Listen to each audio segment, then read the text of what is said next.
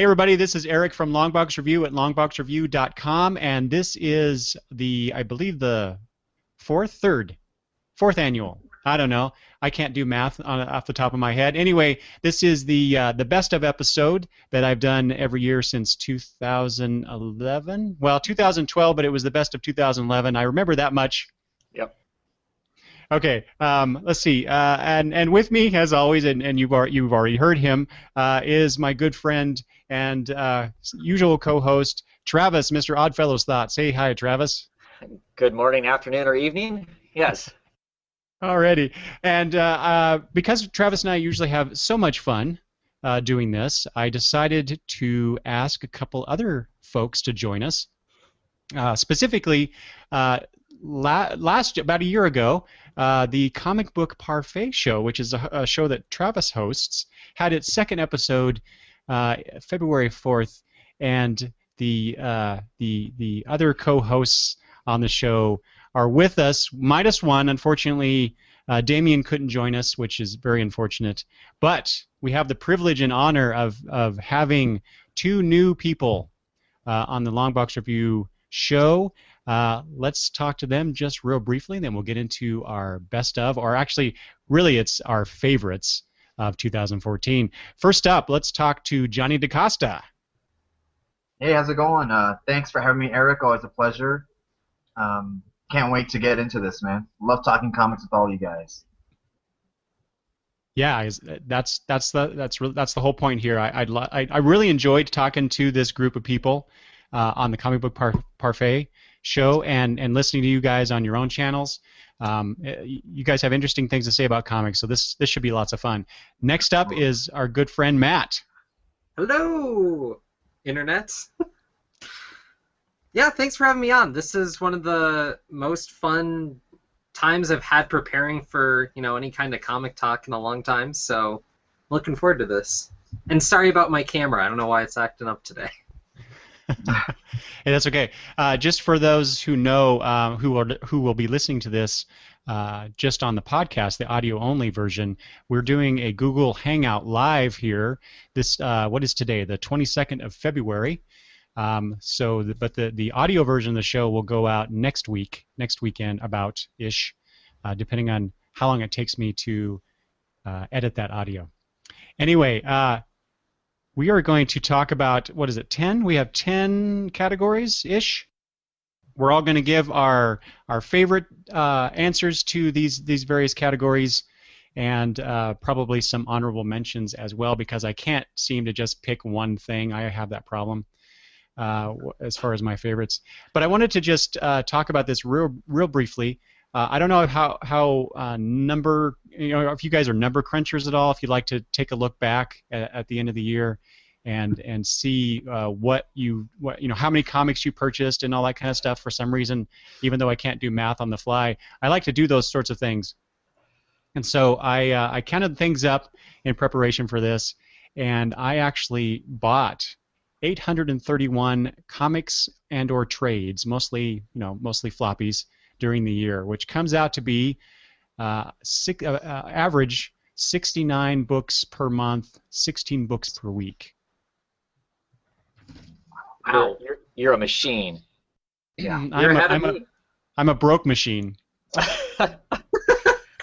Actually, that's about where I'm running at too. I haven't actually done the numbers yet to know exactly how many it is of current run comics. I don't buy near the trades that you do. But I have 2 long boxes and a short box stuffed completely full. Like I can't get any more in it from last year. So you did the whole putting things in long boxes and then sorting them at the end of the year idea that you talked about? Yeah, I haven't sorted them yet. But yeah, I do have them separated from the rest of my collection, and I still haven't decided whether or not I'm truly going to keep my collection that way by year. Or if I'm going to, break down and put it all alphabetically and whatnot like I would normally do.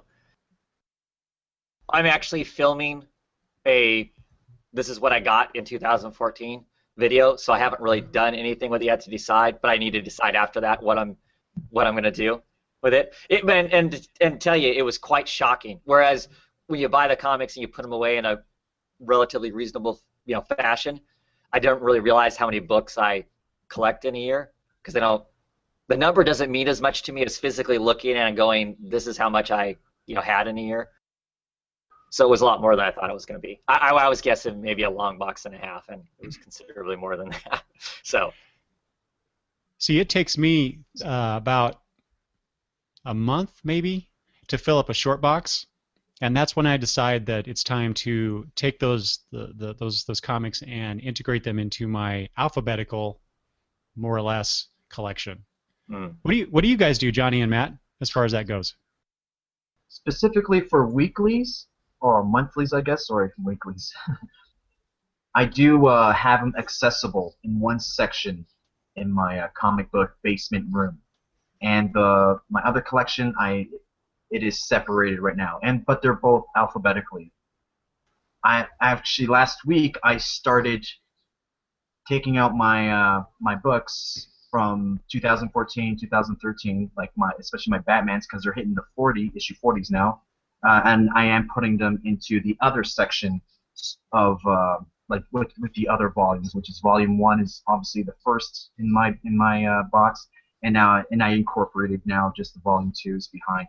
So starting fresh again, because I've never really recorded how many books I purchased in 2014. So maybe that's a bad indication that I'm spending too much. I won't. That's a smart move. Don't do it. Don't count. Exactly, because I'm worried that it will discourage me, and I don't want to feel discouraged in buying comics. Come on, So, but yeah, right now that's what I do. Just like you, Eric, I do fill up a short box every month of just our monthlies, our comics, and so. When it starts getting a little crowded during my accessible area, then I'll move them over to the vault, I guess. Mm-hmm. What about you, Matt? I just kind of have a massive pile right now of my recent comics because I recently reorganized my comic room, and I realized I'm more or less at capacity. So I'm trying to figure out what the hell I'm going to do. Buy a bigger house. So, yeah. Well, I think I figured out something because I talked to Eric. I noticed you're a big proponent of the what are they called? I have one of them here. The drawer boxes. Yeah. Mm-hmm. And I've tried those before, and I don't like them because when you pull them out all the way, they kind of fall down. Especially when you stack them up. Yeah. And so I'm looking at Yeah. So I found something else where they have long boxes, and they're just a long box in kind of a cardboard case. And I asked them how many stacks you could have completely full, and they say you can do 3 to 4, which I'm taking to mean 3. And I think I could replace an entire wall of those somewhere with something else I have and make some room. But still figuring that out. So those are the other kind of drawer boxes that I've heard about, but I've never actually seen anybody use or seen them in person. So if you get those, I'd be interested in see how they work. Yeah. I think it's a different company because the guy who created the drawer boxes is actually in Denver, and I've talked to him before, and he's very proud of his product. And sponsoring the Long Box Review Best of 2014 episode is no. Yeah. All right. Does anybody want to say anything else about their? Well, just real briefly. How about we just kind of talk about our thoughts about comics in general in 2014? Was it a good year? Was it a bad year? A bad year. A bad year for my favorite characters, I think. Obviously, you guys know I'm a huge fan of Batman. And Zero Year kind of got me a little down on the guy, on actually both guys, the writer and character. And but the tail end of 2014, the title, Mr. Snyder has redeemed himself, and I'll be touching on that later in my questions that you provided. So. All right, good. It's been a great year for comics, I think. the breadth of stuff that I got to collect this year, that started in this year, and continued in this year, that just started at the tail end of 2013, is great. I don't know that I'm super excited by the big two companies. There are some good stuff in there, but I don't know that I'm super excited by what they did in 2014 and what they forecasted that's going to come in 2015. But as far as just the like I said, the variety of stuff that's out there to collect right now is, I don't remember it ever being this good. So, Well, 2015 so far has been exceptional. I'll say that. yeah. What about you, Matt? This year's been pretty average, I guess. It's been a lot of ups and downs. It's been a lot of trying to figure out where the industry's going for me, because it feels really different now that we're looking at the end of the 52 and stuff, kind of seeing like how is all shaping now that we're just past the year. It's made me kind of look back at the year in a completely different light, I guess. So I'm still sussing it out in my head. Okay. Like Travis, I guess like Travis and Johnny, there's been a few things where it's like I was not all that impressed with some things. But in general, I think it's been a really good year for comics, especially just the titles I've been reading. And there's obviously I'll talk about my favorites for the year, and those things really shined for me, and thinking back on previous years. So I really enjoyed the things that I've read, and I'm looking forward to what's coming next, and we'll talk about that towards the end of the show. So let's get right to it. Our first category, and I have these in a particular order, so I'll read those off, and then people can chime in with their answers. So I guess, Travis, you're up first, and the category is, what is your favorite limited series of 2014? And this could be a limited series that either began or ended in 2014, because I actually chose one that hasn't quite ended yet. I'm going to go out on a limb there to say it's my favorite of 2014, even though it hasn't ended. But Right. What's your favorite limited series? Annihilator, and it hasn't ended yet, but it is my favorite limited series. By far, absolutely love the way it started out. Grant Morrison written, Fraser Irving art. The first half of this is just kind of a Philip K. Dickian, crazy ride of a story, and excited to see where it goes when it ends. But I absolutely loved the first couple issues that came out in 2014, and so it is my pick. Yeah, that's a good one. I've been enjoying that quite a bit. It was on my short list for favorite limited series of the year, but obviously I chose something else. And I don't have any runner-ups for that because there were too many. Okay. So. That's interesting, because I was looking at my list of comics to populate these categories, and I actually didn't buy that many limited series for the year. I did, but a lot of them are really quirky, and there's things that I particularly like about them, but I don't know that I would say they were like Rockstar, series on their own. Like White Suits came out last year from Dark Horse. I really liked it. I liked the art. The art in it was just really dynamic and crazy with the coloring in it and whatnot. But I don't know at the end of the day, when the story was completely told, that it was like, this satisfying story. But there are elements in it that I really, really, really liked. So I don't know, kind of thing. But there were a lot that were that way, that had elements in them. Whereas the Annihilator for me, just all the way around, was an exciting book for me. And see, that's by Grant Morrison, and I'm blanking on the artist's name. Fraser Irving. Fraser Irving, yeah. Which, you put those two together for me, and pretty much I'll buy anything that they're doing. Right. Okay, Matt, what was your choice for favorite limited series? So, in a weird way, this was the easiest one for me to pick, because I could only think of one. The way I was phrasing in my mind was miniseries. The only miniseries I could think of that came out this year was Burn the Orphanage: Reign of Terror, which is it's kind of like modeled off of like old brawler games where there's just some like dude where all you need to do is punch the problem harder, and it just kind of made for like an 80s movie fight vibe sort of thing. There's a big corporation coming down on these guys because they're technically criminals, but golden hearts, and just seeing that whole thing play through was fun. But it was the only miniseries I could think of this year, honestly, that I read. So that was a pretty easy pick. And who's that by? Oh, right. It is Sina Grace and Daniel Friedman. Near as I can tell, this is pretty much the only work they've done. This is the second chunk of Burn the Orphanage that's come out. And I think there's another one coming up next year. So if you're looking for something a little offbeat, this is... Who publishes that?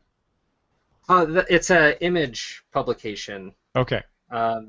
Yeah, Image was really big about doing like the 4-issue minis up through like 2013, but in 2014 they just seemed to go to launching a whole bunch of not minis, so ongoings. So. Well, yeah, it's interesting you say that because Image put out, was it Fatale by Ed Brubaker and oh gosh, I'm blanking on Sean Phillips. Sean Phillips, thank you. And while that's, I mean, it's a limited series in a sense. I mean, I went to like 24 or 25 issues, but it's not something that I consider a limited series, because it is, basically a 2-year-long project. But started out as being, 9 or 15 issues is what it was supposed to be to start out with? Right. Johnny, what's your favorite limited series? I also phrased it like Matt, as a mini-series. And something about 2014 that I implemented into collecting was that I wasn't going to pick up too many mini-series. I was going to just wait them out, and if I see a trade for cheap, I'd jump on it if I heard anything great and positive about it. But this one particular book got my attention, and basically what got my attention about Wild's End is the War of the Worlds Orson Welles broadcast from 1938 that I've always been a fan, and it's something that I actually listen to every year on Halloween. Actually, October 30th is my wedding anniversary with my wife, and I actually edited it into our wedding video, the radio broadcast, as an intro. So yeah, that's how much of a fan. Wait, did she like that? Is that something she enjoyed? Okay. Yeah, she loved it because she knows I've always been a fan of War of the Worlds. Always been fascinated about that. So so because of War of the Worlds, and we got married on October 30th, obviously not 1938.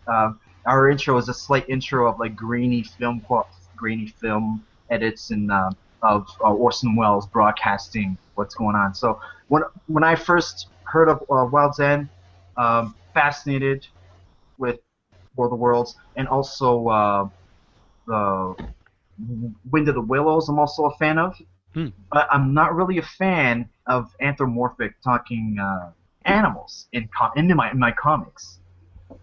But this book, for some reason,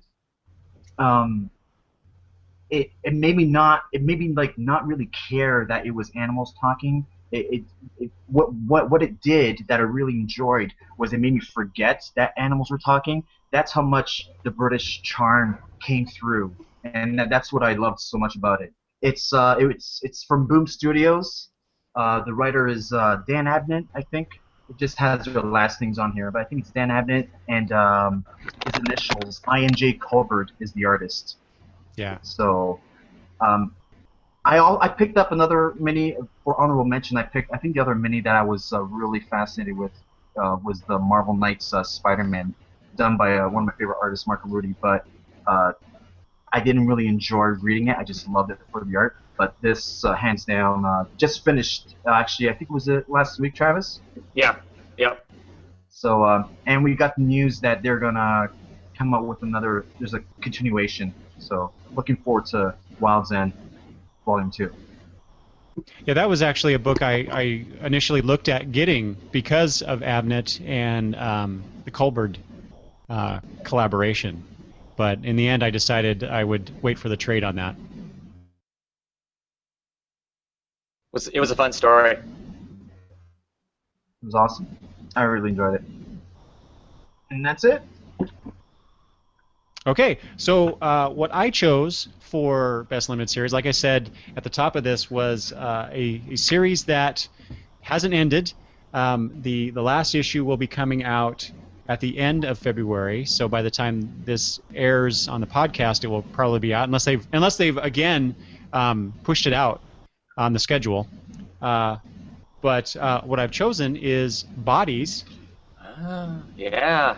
By Cy Spurrier, that's the writer. What's really cool about this series is that there are multiple artists, Megan Hetrick, Dean Ormston, Tula Lotay, Phil Winslade, and Lee Luckridge, doing several pages. Every issue has a different storyline. So basically this book follows a murder mystery through 4 time periods.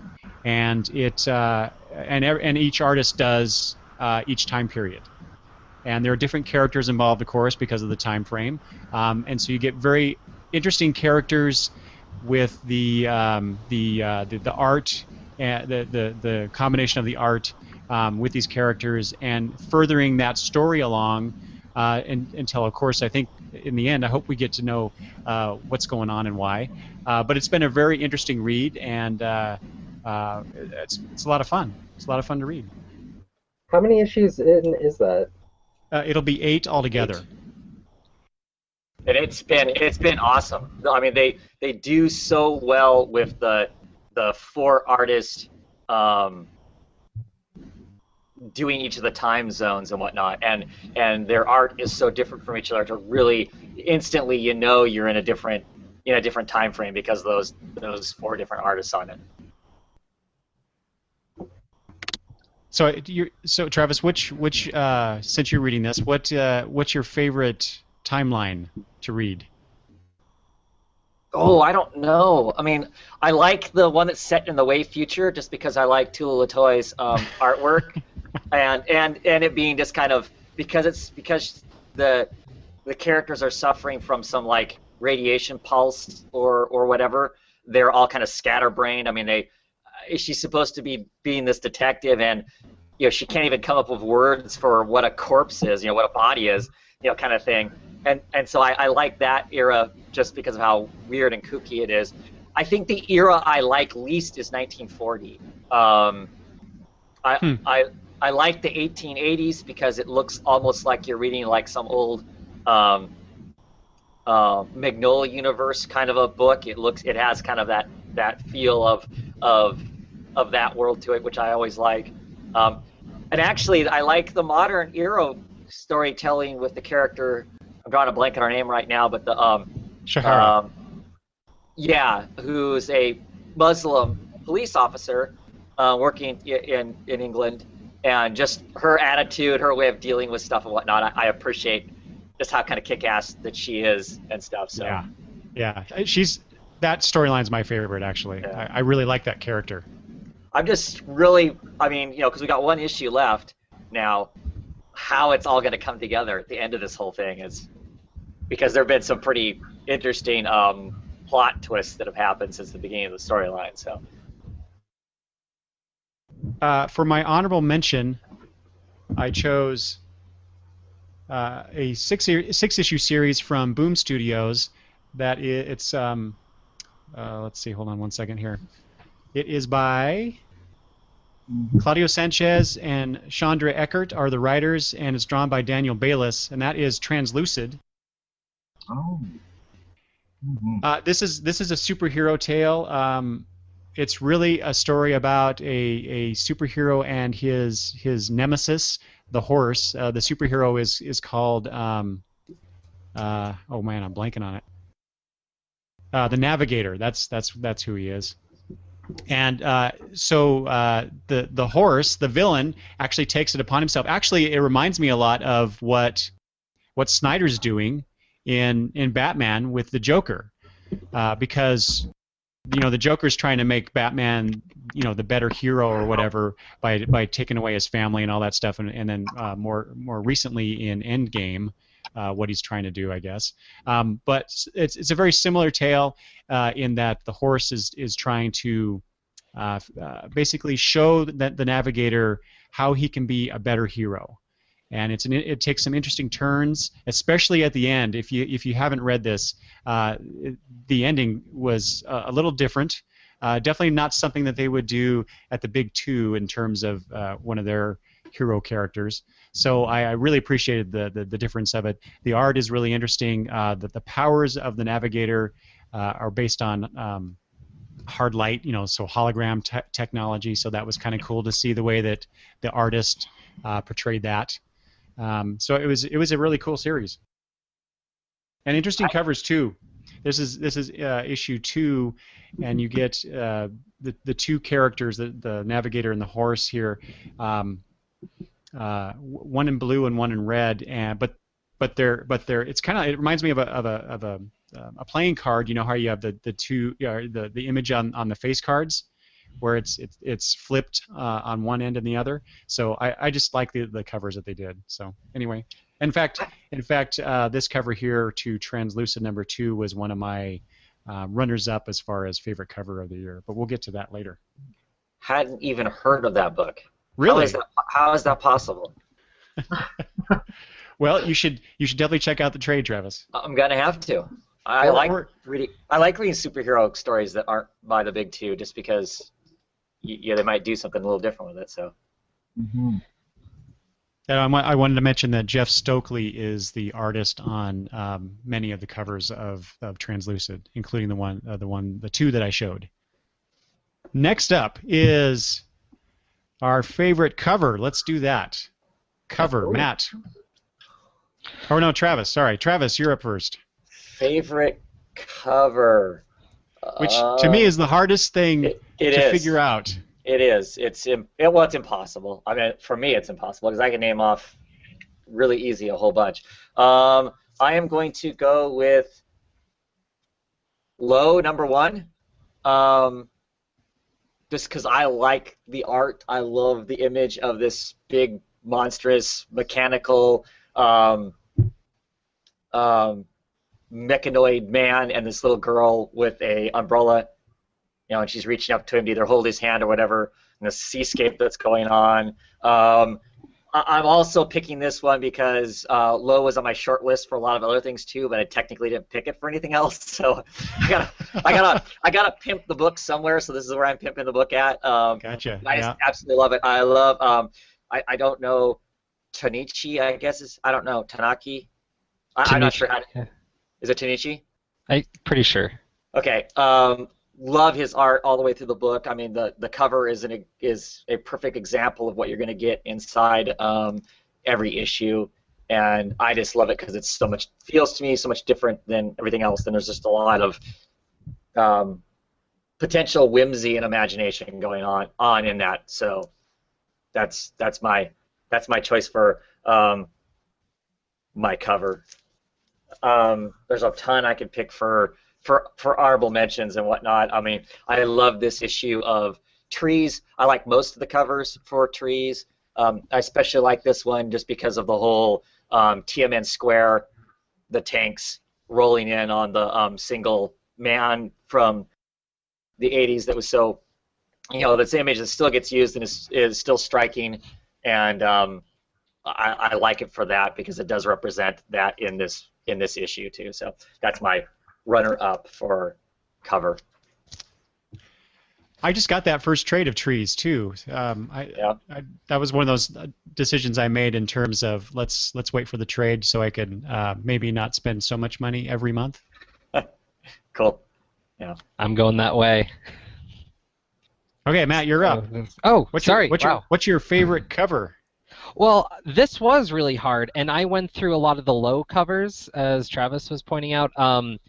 My runner-up was basically every cover for Green Arrow, and that was a good book this year. Before the new creative staff went on it, all those covers were incredible. When Sarantino was doing the covers? Yeah. Yeah. Those were incredible. Another one that really struck me was Daredevil 1.5. It's just, kind of a standard Daredevil cover, but in the background is all this graffiti of all the different eras of Daredevil and kind of some different artistic styles. It's really beautiful. But the one that kind of took the cake for me was actually this one solitary Ninja Turtle cover where you just kind of have Michelangelo sitting in the autumn, and it was one of the most kind of silent, poignant, like, I want this as a poster. And that's usually my gauge of what I think the best cover is like, I want that piece of art on my wall, So for me, this was the cover. Who's that by? This, I'm pretty sure, was Campbell, but I will double check so as to not lie on the internet. While you're doing that, Ross Campbell. Okay, excellent. So I'm glad you mentioned that Daredevil cover because that was on my short list as well. Oh, cool. A man Travis, of good taste. Travis, did you say who that Trees cover was by? Oh, I'm sorry, I didn't. That is by Jason Howard. Jason Howard does all the art for that and does the art for the cover. Okay. So you guys are introducing me to all these different creators that I actually haven't heard of, so I'm kind of embarrassed to say that. Well, if you want to check out Ross Campbell, I know he has a fan Ninja Turtle comic somewhere for free online if you just dig through his stuff. So. Okay. Excellent. All right. All right. I'm up? Yep. You're up. Okay. Well, Eric, I approached your question through different avenues. I didn't know. Obviously, when someone asked me what's your favorite cover, I pulled out 20 issues that looked gorgeous, beautiful. But then I thought about it, and I'm like, what out of the covers I pulled out? There's certain covers that actually got me excited for the book, and I have another. I actually picked two covers. One that's an honorable mention because of what I got, the excitement I got from it, and the one that I'm actually going to talk about that I chose as a favorite cover is a book that I actually dropped and went back to it just solely for the covers. So if a book can get me back just for the cover, then that's pretty impressive, I think. And yeah. And Travis knows this one. This book right here, it's actually Catwoman number 35. I don't know what it was about this cover. It had me it just had me so anxious. I just wanted it. I think it took 3 months when I first found out about this cover that I couldn't wait to have it in my hands for 3 months. Joshua Middleton, Josh Middleton, I think, is the artist for this cover. And the way that and I'm not really a fan of simple covers. I'm not. Like I said before. You're not gonna like mine then. It's okay, but I'm a fan of like the low covers and all my honorable mention. This is the one that got me on emotion. That's why I want to choose this as my favorite cover. Oh yeah. Because of all the Robins, but this was based on emotion. But this one was just based on the simple. I'm not a fan of simplistic covers, but just the use of white, orange, and black. Again, another shout out to Halloween, which I love so much. And I think that's what it was. And it kind of actually resembles some like vintage Halloween newspaper ads that I see sometimes at the antique markets, where it's just children pouring out their bucket, and it kind of looks like the newspaper print, just the black and white. And I don't know what it was, but I do not read Catwoman anymore, and I wanted this cover, and that's why I chose it as my favorite cover for 2014. But this that's the October variant cover, right? Yeah. That's the one I picked up too, because it's just awesome. Yeah. That's so funny you guys say that, because I almost ordered that book, ordered that issue for that cover, and I don't read Catwoman. Yeah. Because that cover just looked awesome.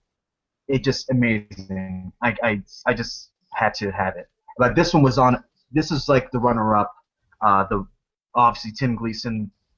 Batman and Robin number 36, and this one was just based on emotion. Seeing three, obviously Robins on here. Well, not Robins. I'm sorry. That's Barbara Gordon.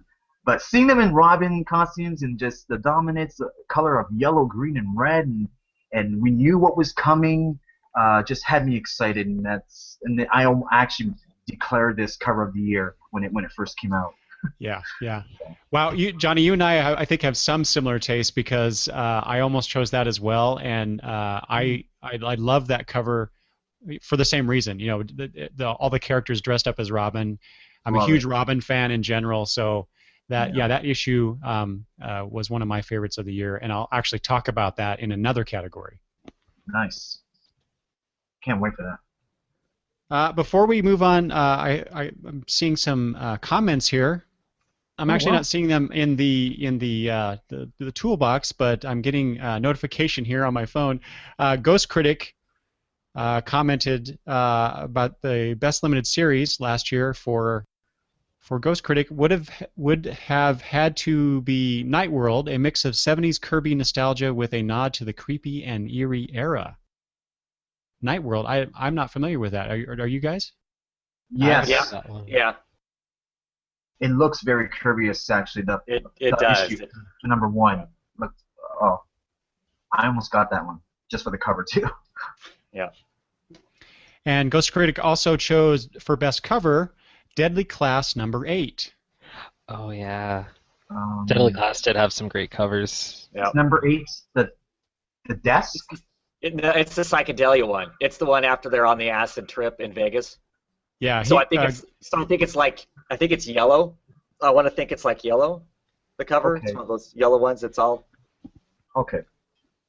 Yeah, he says here, psychedelic acid trip visuals that follows through into the inside of the issue. So Yeah. I see. Yeah. Intriguing. God, you guys are going to give me far too many things to go buy from 2014. There we go. Yeah. Johnny, show that again. I didn't quite see that. It's coming up soon. There we go. Yeah. I was actually online getting ready to purchase some art for that issue. Oh wow. You guys and your art. I can't afford don't art. Don't buy my pages, John. Don't buy my pages. Oh. I swear. All right. For my favorite cover, I chose about a good dozen comics that were my favorite.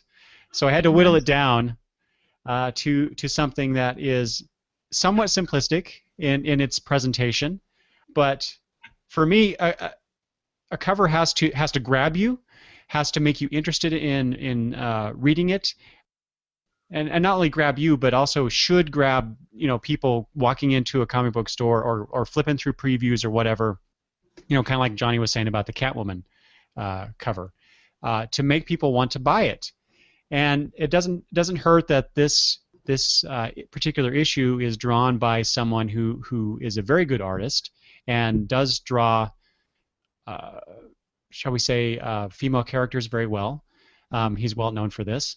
But I chose it mostly for the negative aspects that are shown on the cover, and then just the cover or the colors that are used, and it gives the cover a very striking appearance. And so that is Ferris number 23 by Art Adams.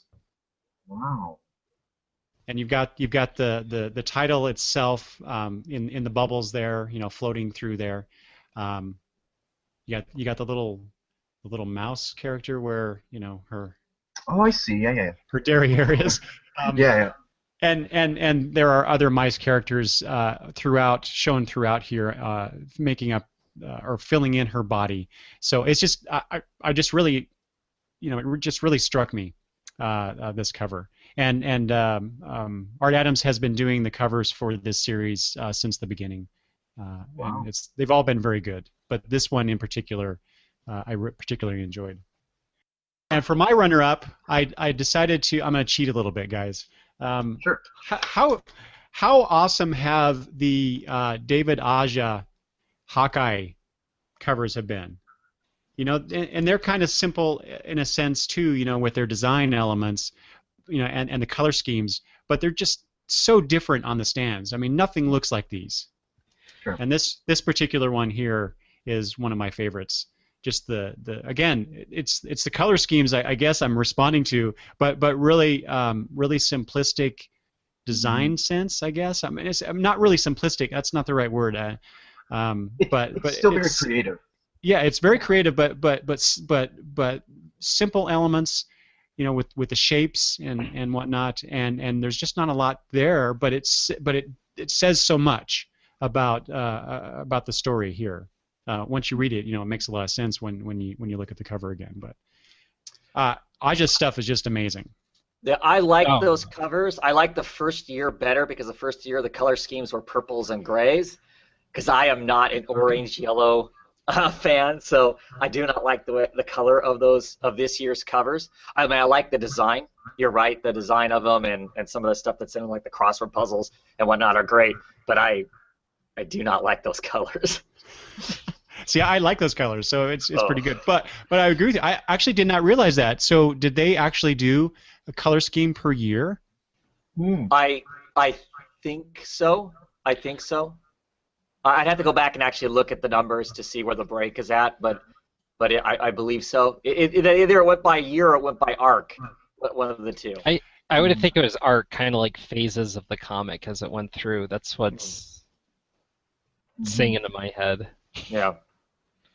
Actually, Terry Moore did that on his Rachel Rising series as well. So yeah, every story arc had a particular color palette that he chose to do. So that's really cool. I'm glad to see that other people are doing that. I think it's a really cool idea. Well, and Saga has like a color for each cover, so when you wrap around, like it's just basically solidly that color, and it's just in the background. I think that helps those stand out too. And those are all great covers, but they're so. As of this year, I just kind of expect them to be great, so it doesn't stand out as much. Right. Well, Fiona Staples is just great in general, so. Oh yeah. Yeah. So Eric, Rachel Rising just wrapped up the purple covers, I think, which is my favorite. Mm-hmm. I like them all. So. Oh, that's what do I.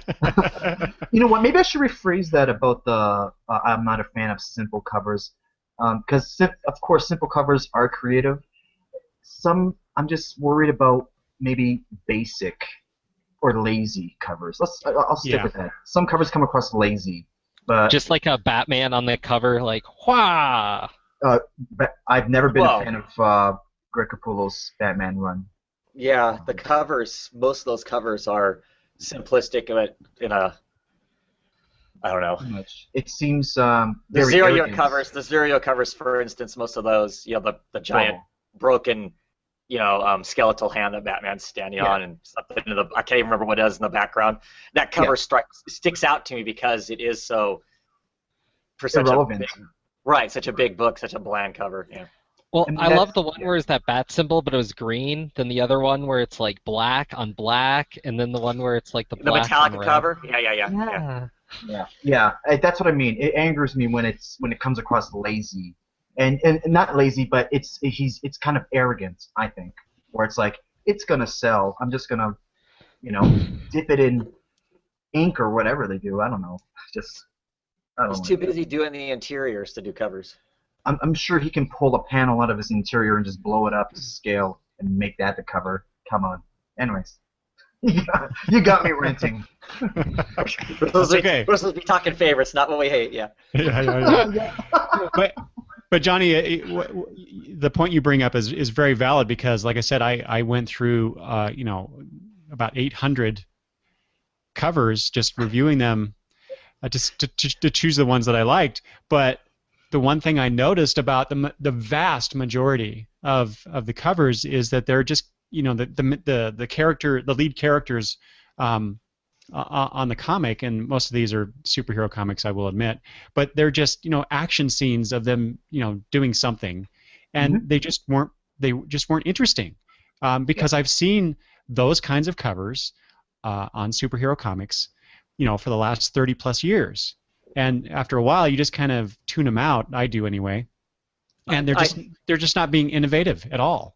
Well, a ton of those covers, quite frankly, are stock art that they hire the artist. The artist does a bunch of Batman pictures or a bunch of Wonder Woman pictures or whatever the case may be, and then DC and Marvel, in the case of Marvel too, just have them sitting around in stacks, and it's like, okay, we need a cover. They dig through that, go, oh, let's use this cover. It's maybe marginally relevant, and that's what they paste up for a. I think happens a lot. Yeah, I agree.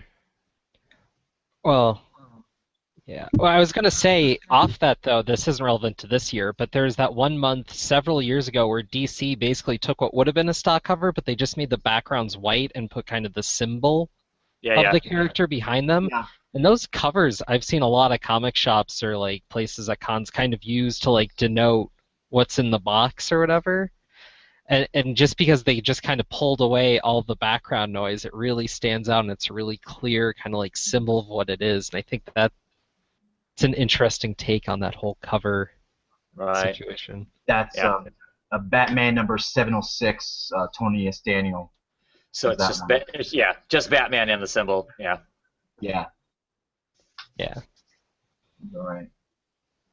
Okay, let's move on to the next category, which is our favorite original graphic novel or collection. You know, a trade collection, hardback, trade paperback. Either way, it doesn't matter. Travis, what you got for us? David Latham's Stray Bullets, the Uber Alice edition. It's 1,000 pages of black and white graphic violent goodness, basically. And so it's my pick. It came out this last year. It's literally the collection of the first years of Stray Bullets all in one place. Presented in great chapters, and each chapter kind of does have its own kind of thing going on, and I'm really digging it. I actually bought this first, and 3 pages in, I knew I was going to be getting the ongoing that started this last year. So, yeah, that's my pick. I almost picked that up myself. And I got a good deal on it, so it, basically 50% off. It was kind of hard not to get it. What is the cover price of that, Travis? The cover price of this is $59.99. Right. So I know why you got the 50% discount, and that is the reason why I have been getting a lot of trades in the last couple of years, is because if you're going to get 50% off by ordering a new trade, why not? Right. It's hard. Even though I have almost 100 trades of various sorts, collections on my bookshelf over there to read. Still to read? Yes, still to read. I'm barely keeping up on my monthly or the weekly comics that come out, and I have all these trades to read as well. But so I'll never be bored. I've got plenty of entertainment. Yeah. Wow. Did you have an honorable mention in that category, Travis? I don't. That's the one I went with. All right. What about you, Matt? So I have a runner-up here that I'm totally cheating on, but I was waiting for this volume of this collection for 3 years. So I'm going to give myself a couple months and put in the 2014. And that was Neon Genesis Evangelion 14, which is the final chunk. And I've been waiting for this forever because Eva is near and dear to my heart, and getting to compare the finale of that to what they're doing for the manga, which you can't even argue is intended when it's done a decade and a half after the initial one was done. This was just... It was nice to wrap up something that I've been reading for ever, basically. 14 volumes, and it took years upon years. When I started, they were already in a third printing of their English editions, so I don't even know how long it was, but crazy and different. But this year, there was no question in my mind the graphic novel of the year was Seconds by Brian Lee O'Malley. Oh, nice. And, another one I was going to try and pick up. I need to get that. This is one of my favorite things I read all year, hands down. It's super fun. If you want to look for it, there's obviously echoes of Scott Pilgrim. He makes a very small appearance but it's all in color and Oh it's wow. its own thing, and it's just a really beautiful kind of story that it's really nice to sit down and read a comic that has a beginning, middle, and end. I don't know, it's Wow. just I love something that. about that. Yeah. So that was my pick this year. Nice. I plan on picking that up at next month when I go to Emerson Comic Con. I'll pick it up from the Oni Press booth. It's on my list of things I know I'm getting. Ooh, that's a good idea, Travis. I might do that too. If you guys do that, let's do a talk on that. Cool. Matt, sorry. sorry, Johnny. I just wanted to ask about the your honorable mention. Oh yeah. So what? Oh gosh, the question I had just flew out of my brain. Okay. I know. I'm sorry. What can you just give a brief synopsis of what that series is about? Because I've never heard of it. A brief synopsis of Neon Genesis Evangelion. All right. Oh my God. There's a small Put you on the kid spot. who needs to pilot this robotic mecha. If you know mecha at all, giant robots punching each other. In this case, they're punching angels, which are coming down to destroy humanity. And he needs to pilot this thing because in order to pilot these machines, it takes a certain mental coefficient, and for reasons that get explained, he is literally the only person on the planet that can pilot this machine to save humanity. And there's a whole bunch of psychological, religious, and whatnot fallout from that. It's a very complex, compact show, so that's why I'm struggling to wrap it up quickly. But yeah, All right. that sort of thing. All right. Well, it sounds intriguing to me. You throw in angels and anything, and I'm pretty much, hey, well, what's that about? So I might have to check that out. Yeah. Okay, I have Ghost Critic here. He's got another comment here. Best OGN. Oh, he agrees. Brian Lee O'Malley's Seconds. Beautiful, quirky, and magical with the Scott Pilgrim magic sprinkled over it. A book I really didn't want to read in one go because I just didn't want it to end, I think. Yep. And he also comments that it's the end of the world because he and Matt agree on something. Yep. What? Scary.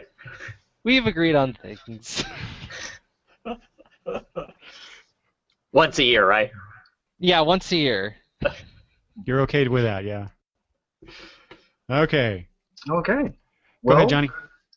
this is going to be short and sweet, Eric. So I did not read any original graphic novel that was published in 2014. No yeah. trades? I've read trades, but nothing. I understood the question that we were pick your favorite from 2014. That was I'm assuming published in 2014. Mm-hmm. And I didn't. I didn't read it. I read older graphic novels, but nothing that was new. I actually purchased from Diamond. I ordered Strongman by Charles Soule, but that was published in 2009, and I don't know how the hell. And my copy says first edition, so I don't know if it was the first time printed in graphic novel in 2014. But Well, it was published in 2014, so I didn't finish reading it. So okay, yeah, that's your one mulligan. That's all right. Yeah, there I you read go. Trillium. I dropped that at issue 2 or 3, and I bought the trade. Nothing really fancy there. So yeah, that's it. All right. No problem there. Let's see. I chose for original graphic novel, and this is an original graphic novel. Gail Simone's and Jim Calafiore? Calafiore? Leaving Megalopolis. Leaving Megalopolis. Yeah. Never heard of it. Yeah. Oh, it was a Kickstarter, right, Travis? Yeah, that's where I got Yeah. mine. I got mine from Yeah, Kickstarter. that's what Matt I did too. thought. Yep. So this book was So this is kind of how I read things. When I get the trades in, I'll start flipping through them and just kind of read the first few pages.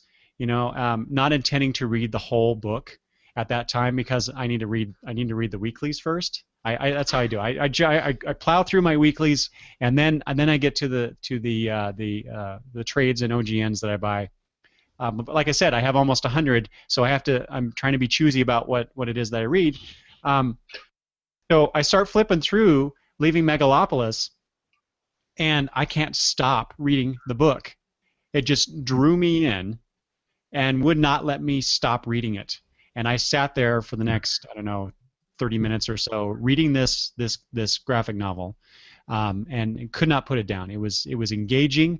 The story is, if you're not familiar with the story, but there's a bunch of superheroes in this world, and they all go mad. They start killing everybody and maiming people, and it's like cats playing with their food, kind of a thing. But the story follows a few characters that are not superpowered. They're just normal human beings trying to survive in this apocalypse that's arrived on their front steps. And it's just the way that Simone and Calafiore created this story, created these characters, and then put them in the situation and how things get resolved. Although the book does end on a cliffhanger, so I assume that we're going to get a volume 2. But even still, the story, like I said, was just very engaging, and it just grabbed me by the shirt collar and said, "Read me."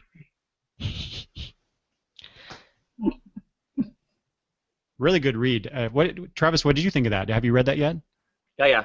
I read it when it first came out in the Kickstarter. As soon as I got it, sat down and read through it.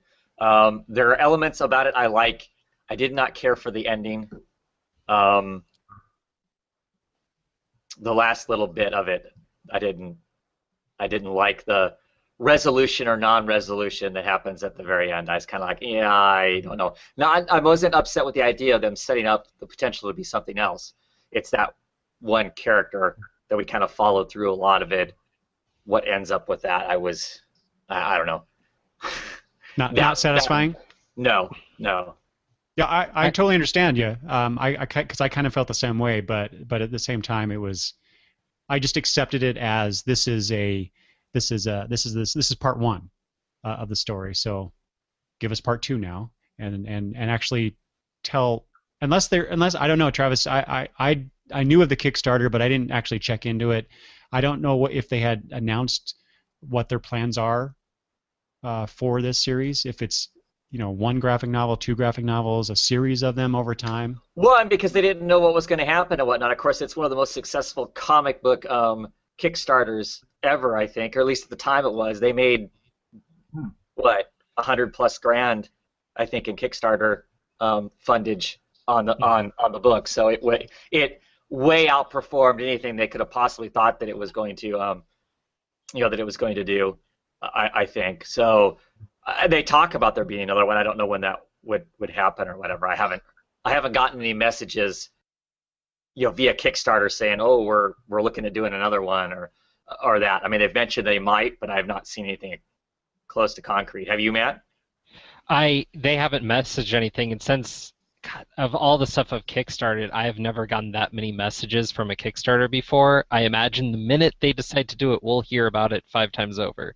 Right. So, yeah, I feel like kickstarting it actually really hampered my ability to enjoy the book, because for about 2 years I'm getting all these messages, little clips of art, and I'd seen about, a third of the book's like pages without dialogue already. And when it was all said and done, I'm sitting there reading it, and I'm enjoying it, but the best way I could put it is, like, in my mind, it was like a fierce mediocre, like, all right, this is decent. But I couldn't shake the idea that it was very similar to Irredeemable. And I feel like it didn't explore a lot of ground separate from Irredeemable. Mm-hmm.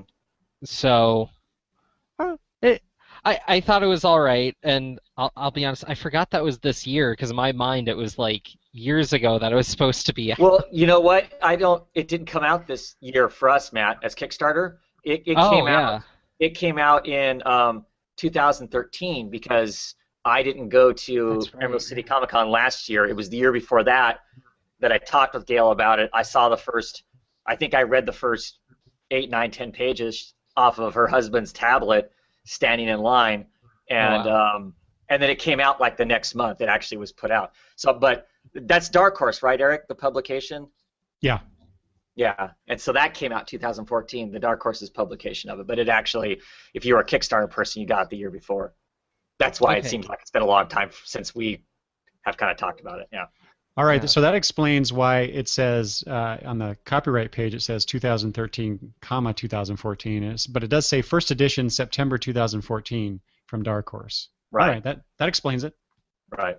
Yep. Hey, and Matt, I see where you're going there with the comparison to Irredeemable, because I'd read that as well. Yeah, you're right. Maybe it's not not my favorite now. I'm not trying to bring it down. It was just when I was reading it, I just couldn't shake that. And then it just kind of ended, and knowing that, like, if we were going to get a continuation, it was going to be years later, also kind of sucked out. That's why I'm saying, like, the Kickstarter thing, I think, really sucked out my enjoyment. Because if I had just bought it and read it, I feel like I would have liked it so much more. So you got the better experience. It sounds like it anyway. Yeah. For my honorable mention, this was a complete surprise. How much I enjoyed reading this book as well. I know some of you, maybe all of you here have read this. I know you liked it. I know a lot of people liked it when it first came out. I just, for some reason, decided not to pick it up and waited for the trade. But when I did, I thoroughly enjoyed it, and that is Rat Queens, Volume 1. Mm. Oh. So this is by, let's see, Curtis J. Wybe, drawn by, is it Rock or Roke? Upchurch? Rock Upchurch, with Ed Brisson on the letters. When I first started reading this, like the first issue that's collected here, I was like, really? This is what everybody's, gaga over? But the more I got into it, the second issue, the third issue, I'm like, wow, this is actually pretty good. There's interesting characters. It's an interesting setting. This fantasy setting, the dialogue is really funny. It was just a really enjoyable read, and I was really surprised about that. And surprising me with a comic, kind of like how Leaving Megalopolis did, as far as pulling me in. That takes a lot. It doesn't happen very often. Because like I said, I've been reading comics for over 30 years, and I've seen just about everything I think I can see as far as comics go. So if I'm surprised, that's a good thing. Yeah, that's how I was too. I didn't pick that up in singles, but people were talking about it long enough that I picked it up in trade, and that's how it was for me. I started reading it, and I'm going, okay, I mean, I can see the appeal, but this is nothing all that great. And by the time I was halfway through it, I was laughing my ass off and going, oh my gosh, this is a lot of fun. So. It'll be interesting to see, because there have been some issues lately, shall we say, with, I think it's the artist, right? Yeah, I think next week or the week after that, I'm pretty sure it's February, we get the first issue with new artists on the book. Yeah. So I'll be really curious. Obviously I'll still get the trades of this. It's not something that I feel like I need to go buy the single issues. I'll just wait for the trade.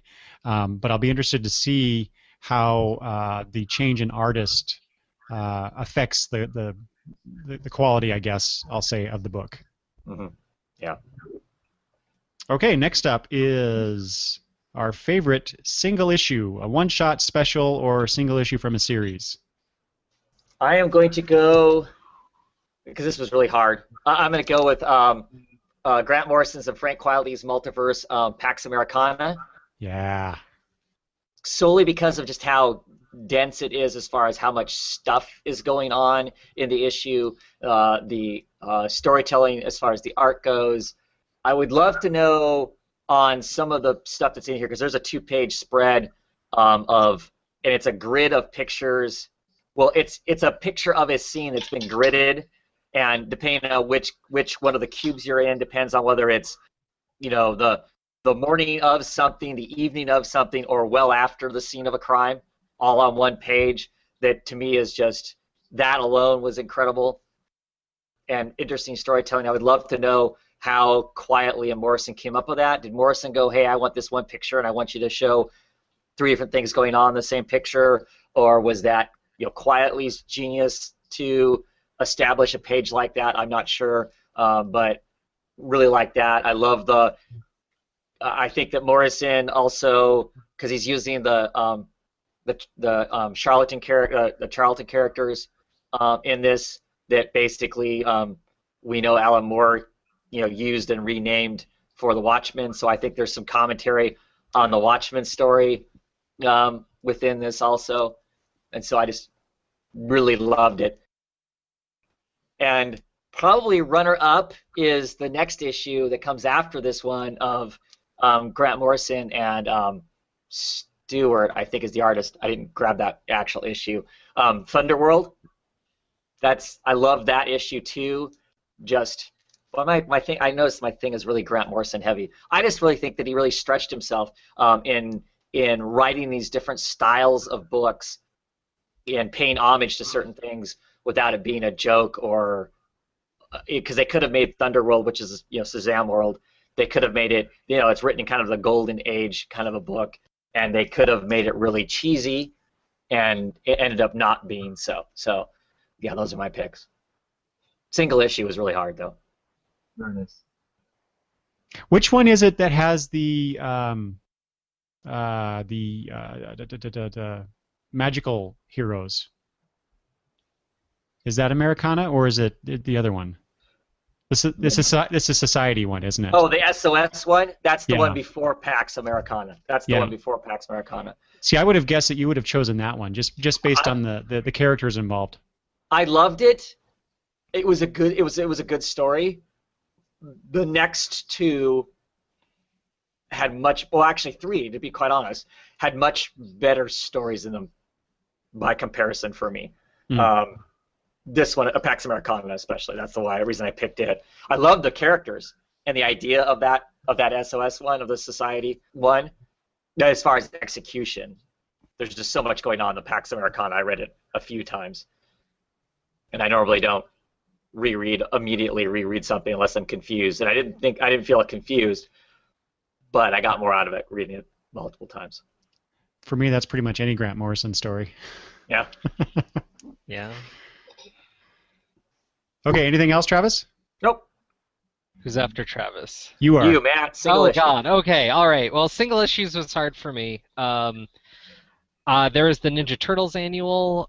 There was, even the Batman annual is really good this year, and those kind of stick out in my mind for single issue stuff. The last issue of the Good Green Arrow run really stuck out to me because it wrapped up kind of the arc, but it was also a tie-in to Future's End.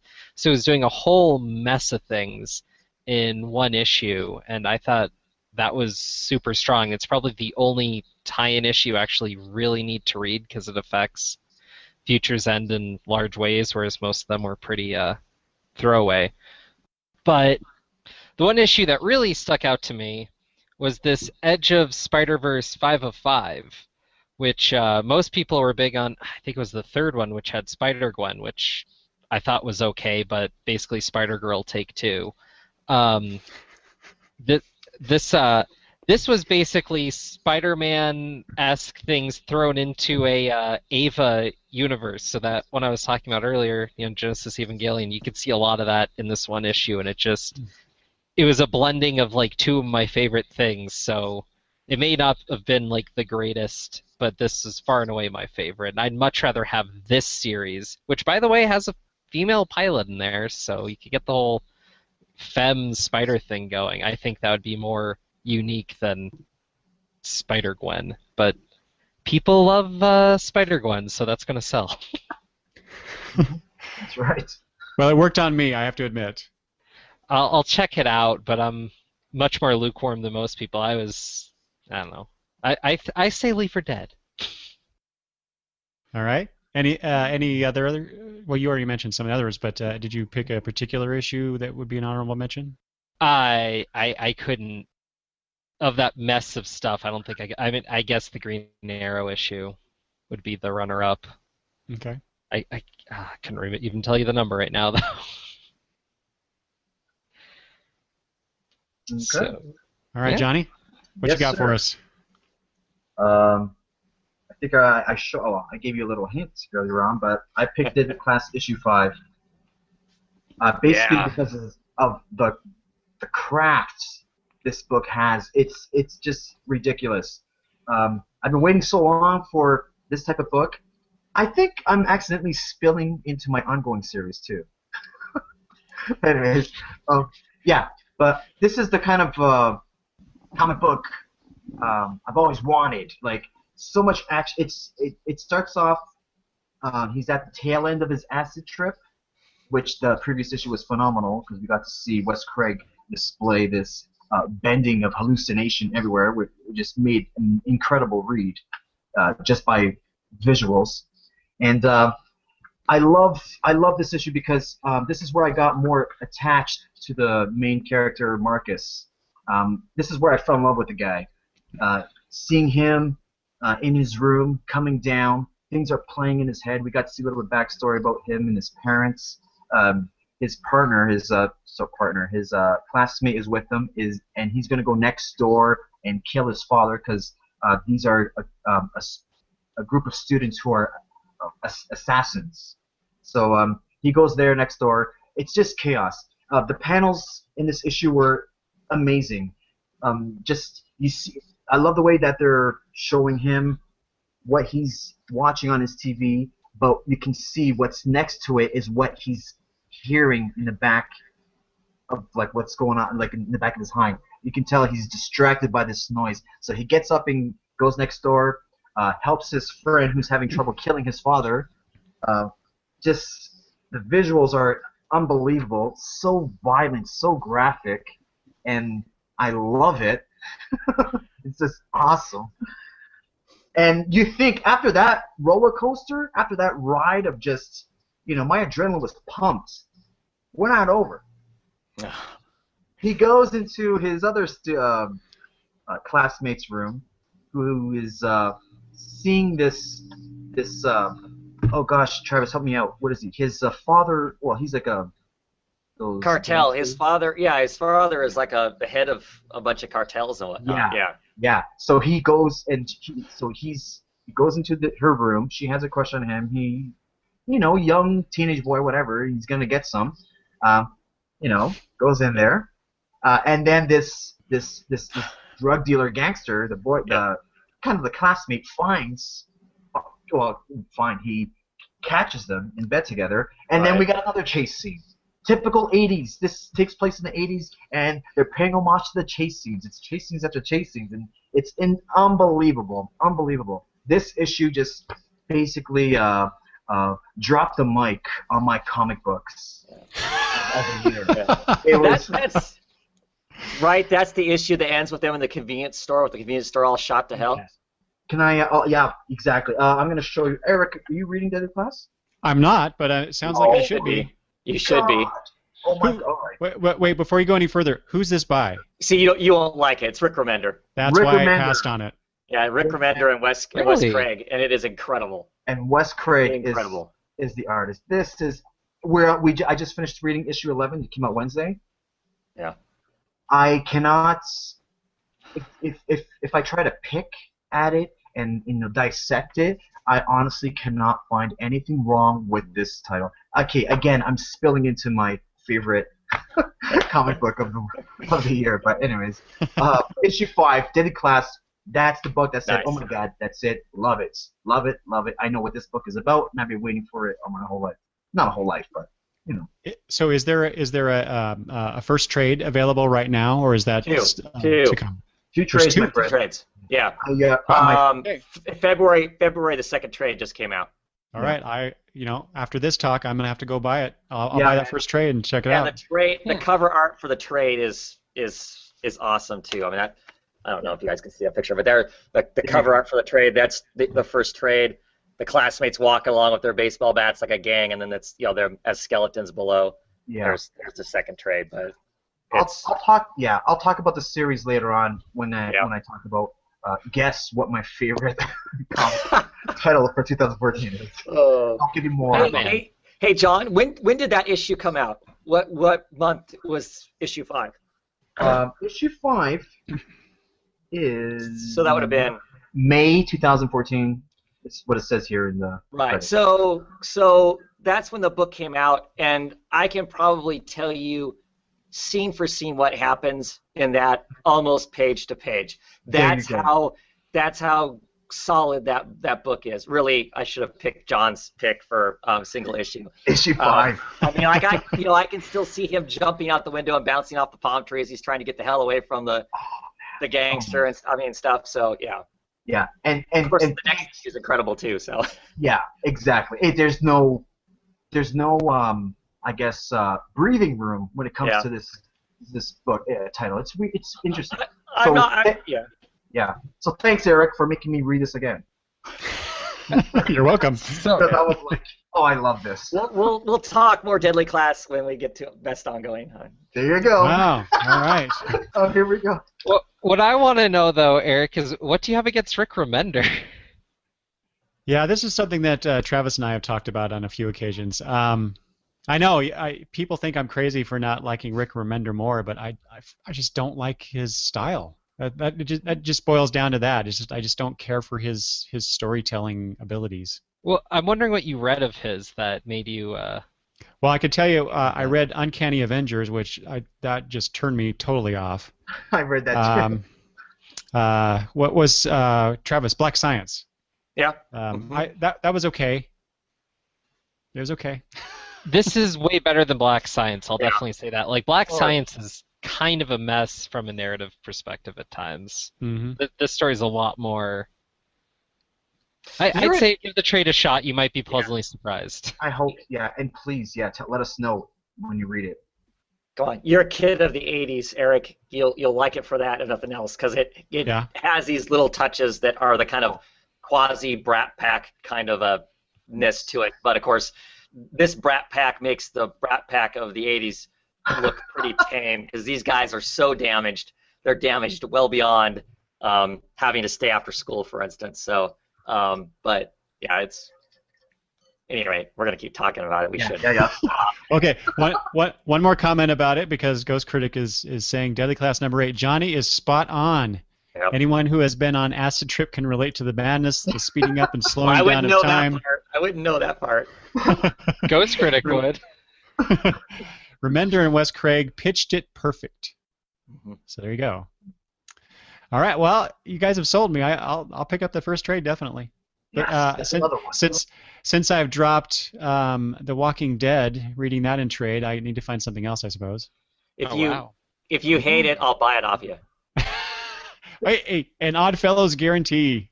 There you go. That is solid right there. All Because he right. knows you're gonna like it. Yeah. All right. Let's see. Because if he doesn't, we're gonna shame him. So Try following that now, Eric. Well, I'm sorry.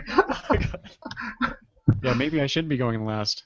All right. So mine is let's see here. Well, I'll just show it to you. It's funnily enough, it's a new 52 Future Zen one shot. Grayson. Wow.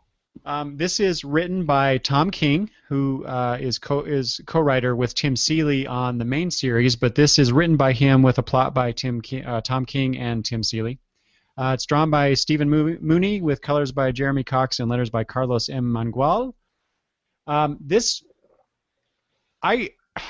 really love this issue. Obviously, it features one of my favorite characters in comics, Dick Grayson, in his new role as a Spiral spy, which I'm not all that keen on, but I'm reading it just because it's Dick Grayson mostly. But what has blown me away on this series in general, and this issue in particular, is how Tom King is writing the book.